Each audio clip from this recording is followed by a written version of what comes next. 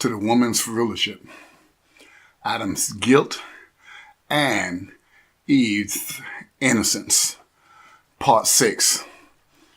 This is a 14-part series whereby we will be presenting to you Adam's guilt and Eve's innocence.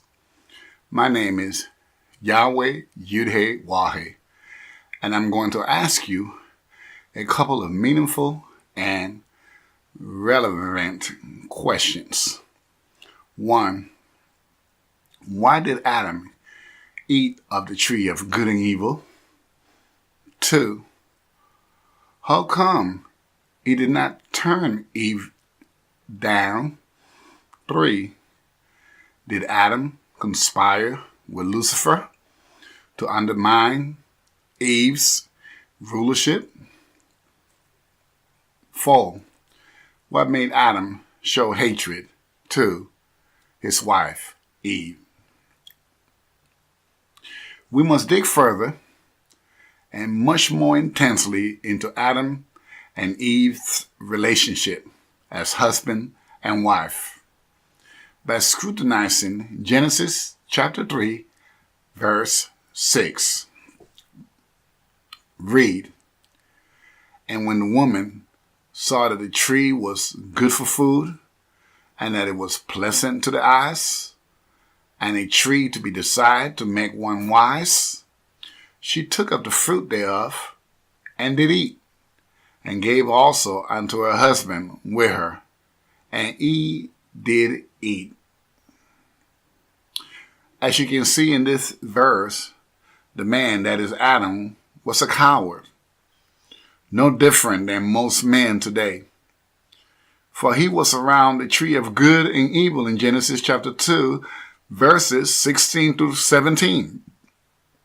Read, 16, "And the Lord God commanded the man, saying, Of every tree of the garden thou mayest freely eat. 17, But of the tree of the knowledge of good and evil thou shalt not eat of it, for in the day that thou eatest thereof thou shalt surely die." Yet Adam did not have the guts to eat from a tree that he always lusted after, until his wife came on the scene way much later, to quote, "And gave also unto her husband with her, and he did eat." Eve did not have to put a gun to Adam's head. I read nothing about Eve cursing her out or telling her anything like, "Ooh, wait till I tell God what you did." In fact, Eve showed up on the scene 5 to 6 verses later in Genesis chapter 2, verses 22 through 23. Read,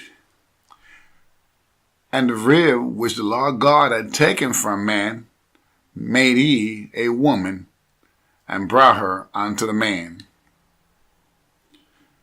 And Adam said, This is now bone of my bones, and flesh of my flesh. She shall be called woman, because she was taken out of man." Don't get me wrong, ladies. There are a small minority of men out there that are real and upfront. Fellows, you know who you are. Therefore, you don't have to try and qualify yourself. Just continue being the man you are. For I'm not talking about you, the few real men out there.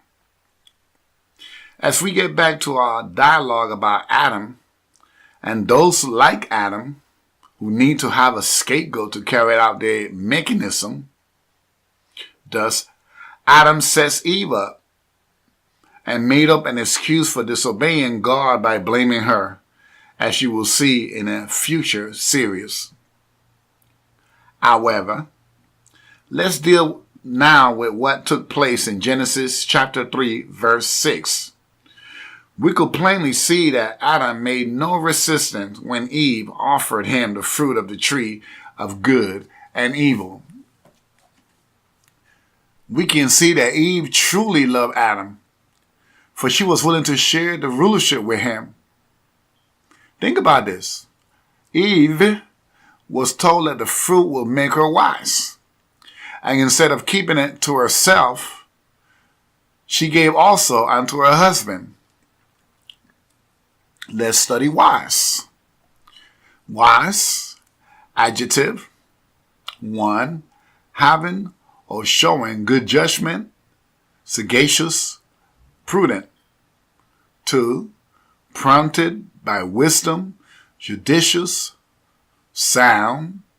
3, having information, informed. 4, learned, erudite. 5, shrewd, crafty, cunning. Synonyms: 1, sagacious, sage, intelligent, discerning, penetrating, perceptive, perspicacious, percipient, insightful, sapient, long-headed, shrewd, smart, rational, reasonable, gash, judicious, politic, prudent, discreet, commonsensical, sensible, sound, sane, well-balanced, balanced, bright, brilliant, sharp-witted, quick-witted, competent, capable, gifted, talented, well-endowed, brainy, sapiential. 2, educated, learned, enlightened, instructed, well-schooled, well-read, verse, knowledgeable, erudite, philosophical, Solomonic, Pansophic, deep, profound, knowing, lettered, scholarly, deep thinking, bookish. Check it out. Eve was willing to share all that with Adam, for she could have been smarter than him and then rule over him, or whether she wanted him and herself to grow together as one. If that's not true love, I mean, this woman was all about her man. On the other hand, Adam set her up. It's like a king having someone test his food to see if it is poison. If the person dies, the king knows that the food is no good. Hence, Adam did not know that Eve did die. For since he saw her physically moving around, he thought the tree of good and evil was okay. Adam did not see Eve's spiritual death, so he assumed that she was all right. Therefore, he went ahead and did what he was always lusting for, and he was glad to eat. Proving Adam cared nothing about Eve. He basically hated her, and he conspired with the serpent to trick her and possibly kill her. You see, God knew how Adam thought. He knew Adam's character, so he tested him to see if he will be right, fair, and honest. However, Adam had no integrity, so he hooked up with Lucifer. I want you to picture the negotiation or discourse between them. Remember, once Lucifer was kicked out of heaven, he felt he had nothing to lose. Therefore, he set out to disprove God. Here's the dialogue. Psst, yo, Adam. What you want, Luce? Hey, God is going to do the same thing to you that he did to me.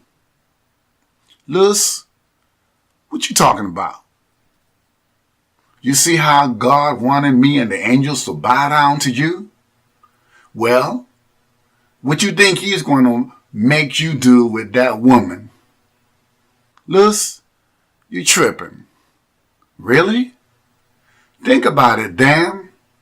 Because I wouldn't bow down to you. God kicked me out of heaven. Damn, do you think that was fair?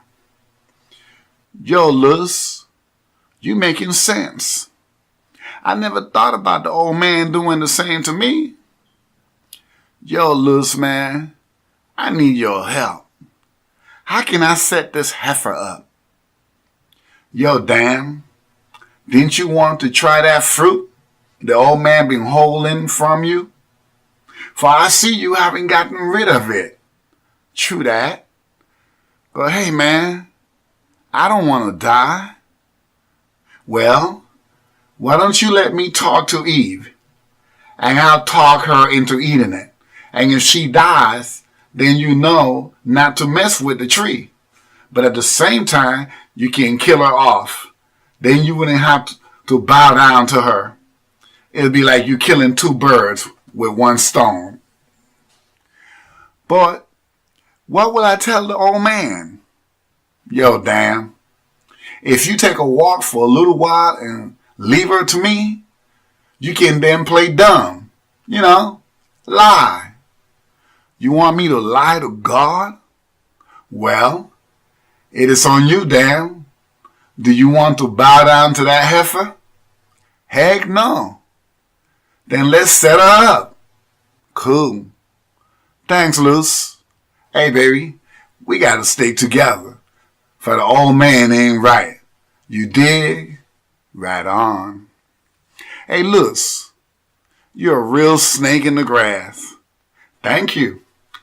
And Adam, I can see that you don't give a damn about that woman. You got it, Luz.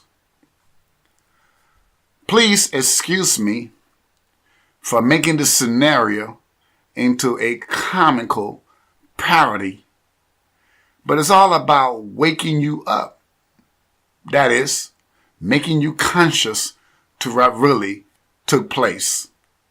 As you can see, the man and the serpent conspired against the woman, and that conspiracy has played out for 6,020 years until my coming this day. The man was first, and the woman was last. Therefore, according to Matthew chapter 20, verse 16, read, "So the last shall be first, and the first last. For many be called, but few chosen." The last part of that verse is basically pointing out my call to 144,000 chosen women, besides the multitude of women outside this number that wants to rule. Since the planet has about 3.25 billion women, it will only take a very minute and select few women to bring about your rulership. The other women are grandmothers, mothers, aunts, sisters, nieces, cousins, wives, girlfriends, and so forth to these men on the planet. And they are going to be a woe unto them if they interfere with the rise of the woman's rulership. In other words, the men have no chance in hell, for they are going to experience almost 4 billion dissatisfied women on the planet. Thus, the other women are going to support you, the Godhead, in every way possible. Yes, they may love these men, but they know in their heart and soul that their men are no good. Therefore, they will help with the process by supporting this divine mission through tithes, offerings, gifts, donations, contributions, and free will offerings. You do not have to worry about these men doing anything to me, for my daughters are their wives, girlfriends, and so forth as aforementioned. These evil, wicked men love to imprison or assassinate the righteous, whether it be pouring dirt on your character or come up with some made-up situations, or they may even pay some woman off and or find circumstances in their life for them to commit perjury against me. Therefore, these asinine men know that my daughters on the planet will either poison their food and drinks or may cut their throats while they sleep. Hence, I am calling my 144,000 daughters, and the multitude of women, for you are the guards of the planet Earth. My call is not for the woman who worship men and cannot live without a man. My call is for you women that refuse to defile yourself with man. You know who you are. And yes, it is I. Be not afraid. According to St. John chapter 6, verse 20. In conclusion, you can see that women have been wrongfully condemned, and it is now time for the men to carry that stigma, which are rightfully theirs. Men do not know how to rule righteously. It is the reasons for prisons, unemployment, riots, guns in our cities, and weapons of mass destruction proliferated by global warming and habitat destruction, such as deforestation and the ecosystem, as pollutants in our water supplies and contaminants in the air. It is a reason for crimes, homicides, and suicides. The man rulership has failed these 6,020 years, and the true ruler of the planet must rule according to Proverbs chapter 29, verse 2. When the righteous women are in authority, the people rejoice. But when the wicked men bear rule, the people mourn. Please, let's repeat this verse. When the righteous women are in authority, the people rejoice. But when the wicked men bear rule, the people mourn. Think on this. If it came down to having a clean home, whose home will be cleaner, a man or a woman? Whose home will smell the best, a man's or a woman? Which home will be better decorated? And what about flowers on the outside?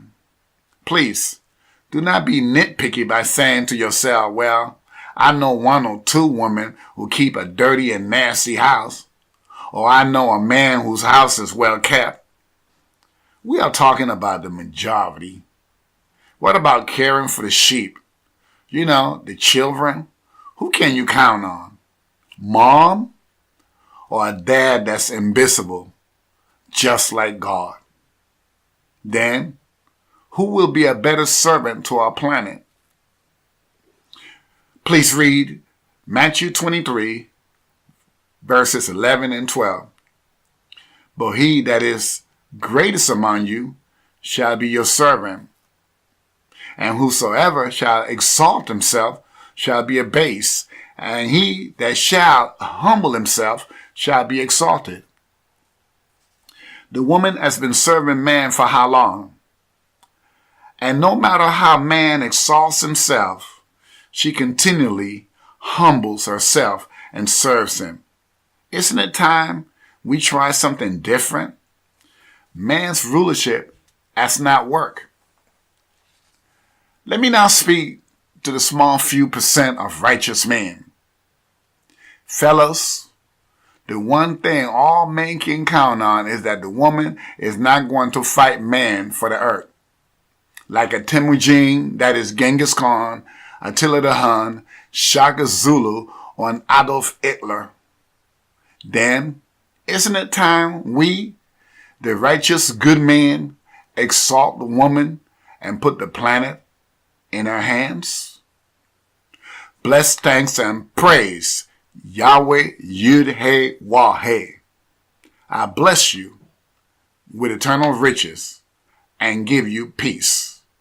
If you would like to donate to this vlog, please see below link and stay tuned for the next lesson on the woman's rulership, Adam's guilt, and Eve's innocence, part 7.